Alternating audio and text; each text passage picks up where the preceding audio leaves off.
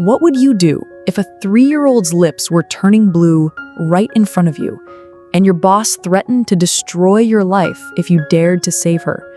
That's not a riddle. That's exactly what happened to me in a daycare classroom one ordinary afternoon that turned into the most terrifying moment of my life. And the reason I'm telling you this story is because it shows how sometimes doing the right thing means risking everything. It all started after snack time. Crumbs still scattered across little plastic tables, kids laughing and running to the block corner, the usual chaos of a daycare. I was sweeping up apple slices when I noticed something strange. Eloise, 3 years old, tiny curls framing her face, wasn't playing with the others. She was scratching at her neck, her breathing wheezy, this faint whistle every time she tried to pull in air. At first, I thought maybe she had a cold, but the longer I watched, the clearer it became.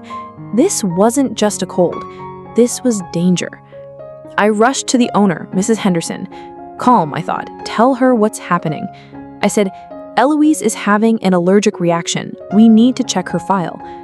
Henderson didn't even glance up from her paperwork. She waved me off with this icy smile. She's dramatic. Her mother coddles her. Don't overreact. If you panic over every tantrum, you won't last here. That single dismissal almost cost a child her life. 5 minutes later, Eloise was gasping. Not the fake kind of gasp a kid might do for attention. No, this was the sound of someone trying to breathe through a straw. Her tiny hands clawed at her throat, her eyes swollen shut. The other kids started staring, some whispering, some frozen, sensing something was horribly wrong. I begged Henderson, please, let me call her mom, or at least check her allergy sheet. But Henderson's face hardened. She stood, towering over me. If you make one phone call, if you disturb even one parent, I'll fire you, and I'll make sure you never work with children again, ever. That single dismissal almost cost a child her life. 5 minutes later, Eloise was gasping. Not the fake kind of gasp a kid might do for attention. No, this was the sound of someone trying to breathe through a straw. Her tiny hands clawed at her throat, her eyes swollen shut. The other kids started staring, some whispering, some frozen, sensing something was horribly wrong. I begged Henderson, please, let me call her mom, or at least check her allergy sheet. But Henderson's face hardened. She stood towering over me. If you make one phone call, if you disturb even one parent, I'll fire you, and I'll make sure you never work with children again, ever. I can't explain the chill that went through me in that moment. A child fighting for air, and my boss more concerned with her reputation than Eloise's life. And then Eloise collapsed. Right there, on the Storytime rug, her tiny body folding in on itself. She let out this sound, not even a cry, more like a faint choke, her fingernails turning blue, her little chest barely moving. The other kids screamed, chaos erupted, and I knew I had seconds, maybe less. I sprinted for the medical cabinet. That's where we kept the EpiPens, but Henderson blocked me, her body in front of the drawer, her voice like venom. You are not authorized to give medication. You touched that without a license. That's when I realized she would rather let Eloise die than take responsibility. My heart pounded so loud I thought it might explode. I shoved past her, my hands shook as I ripped open the drawer and pulled out the pediatric EpiPen. Henderson screamed behind me, shrill and furious, "You'll go to prison! I'll ruin you!" But all I could see was Eloise's face, swollen, lips purple, her body trembling in silence because she didn't have enough air left to cry. Henderson was on the phone with her lawyer, ranting about lawsuits. The other assistant stood frozen against the wall, tears streaking her face, whispering, "Don't do it, please, she'll ruin both of us." And then came the moment burned into my memory forever. Eloise's chest barely rising, a horrible gray spreading across her skin, her eyes rolling back. The room filled with the smell of urine because her body had given up control.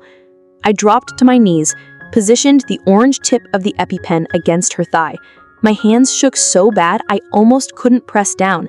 Henderson grabbed my wrist, trying to rip the injector away. I shoved her off, my whole body trembling, and then, click, the needle fired. For one terrifying second, nothing happened. Eloise lay still, gray, cold, lifeless. Henderson shrieked, "You've killed her! You'll go to prison for murder!" My mind spun. What if she was right? What if I'd just doomed this child? Then, a flutter. Faint, but real. A pulse under my fingertips. Eloise let out a tiny, weak gasp. Not choking. Air. Real air. Her chest rose higher than before. Her lips shifted from gray to pale pink. Relief nearly broke me. But Henderson didn't stop. She stood above us, recording me with her phone, yelling that I'd assaulted her, that she had proof, that when the police arrived, I'd be finished.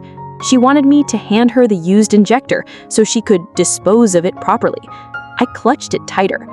Training said paramedics needed to see the pen. I dialed 911 with shaking hands. Henderson shrieked about false reports and trespassing. Kids huddled in the corner, crying. The assistant still frozen in fear. All I could think was, please, please let help come fast enough. Sirens, red bags, oxygen masks, paramedics flooding the room. One dropped to his knees, fitted a mask over Eloise's face. The other hooked her up to monitors, inserting IVs, moving with speed and calm. I handed him the used EpiPen, stammering the exact time I'd injected her. His eyes met mine. He nodded. Good timing. You saved her life. Do you know what Henderson did while they worked? She called the police.